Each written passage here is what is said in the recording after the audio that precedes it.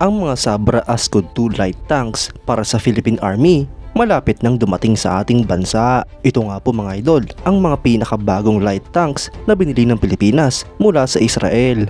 Yan ang pag-uusapan natin, pero bago yan, kung bago ka lang sa aking channel, ay huwag mong kalimutang mag-like, subscribe at i-hit mo na rin ang notification bell button para lagi kang updated sa mga bagong videos natin.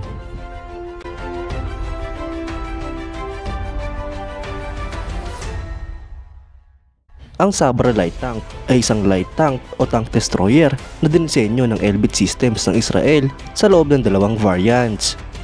Ang isa nga po dito ay nakabase sa Ascod II, habang isa naman ay nakabase sa Pandor II platform. Ang Sabra Light Tank mga idol ay isang truck o wheeled light tank na minamanufacture ng Elbit Systems, isang defense manufacturing company na nakabase sa Israel.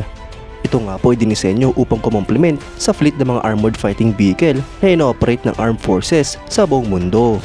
Ang truck version nga po nito ay nakabase sa truck Ascod II platform na minamanufacture ng Spanish armored vehicle manufacturer na General Dynamics European Land Systems.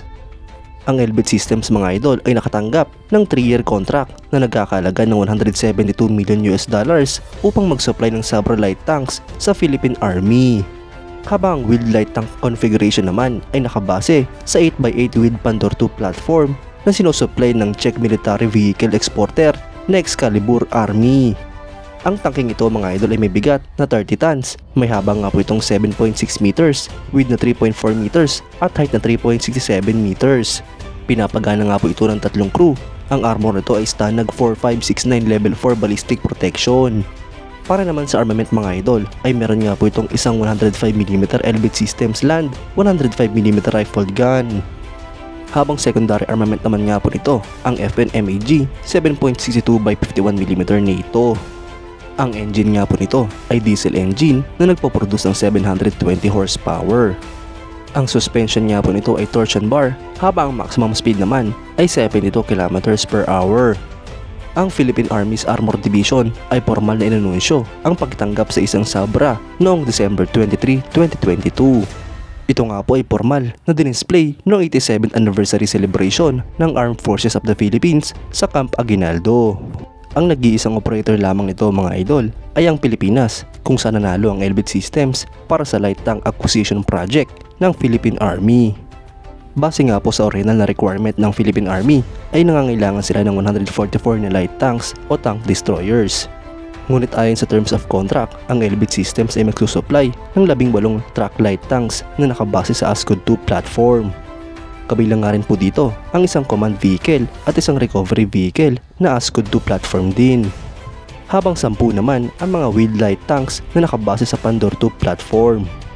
Ang 10 nga pong ito mga idol ay ang magiging tank destroyers ng Philippine Army. Ang light tank na ito mga idol ay pwedeng equip ng panoramic sight system na may day and night vision EO sensors para sa effective firing support during night and day at all weather conditions. Ang panoramic sights ay ginagamit upang i-observe at i-aim ang targets ng mas maganda. Meron nga din po itong high definition color camera na may zoom na ginagamit sa daylight operations. Gayun din ang thermal sight na ginagamit sa night vision operations. Ang Sabra mga idol ay kayang mag-launch fire sa fixed and mobile targets dahil sa dual axis line ng sight stabilization. At meron nga din po itong sophisticated na fire control system na nagko-control sa fire and assist sa targeting and engagement ng mga targets. Mga idol, kapag dumating na nga po ang mga light tanks na ito sa ating bansa ay siguradong mabuboost ang capabilities ng Philippine Army dahil sa mga bagong assets. Kaya't konting panahon na nga lang po ang ating aantayin mga idol at magkakaroon na tayo ng mga brand new na light tanks. Ngunit konti pa nga po ang mga units na ito at dapat pang dagdagan ng Philippine Army. Kayo mga idol, anong masasabi nyo? Comment down below for your thoughts and opinions.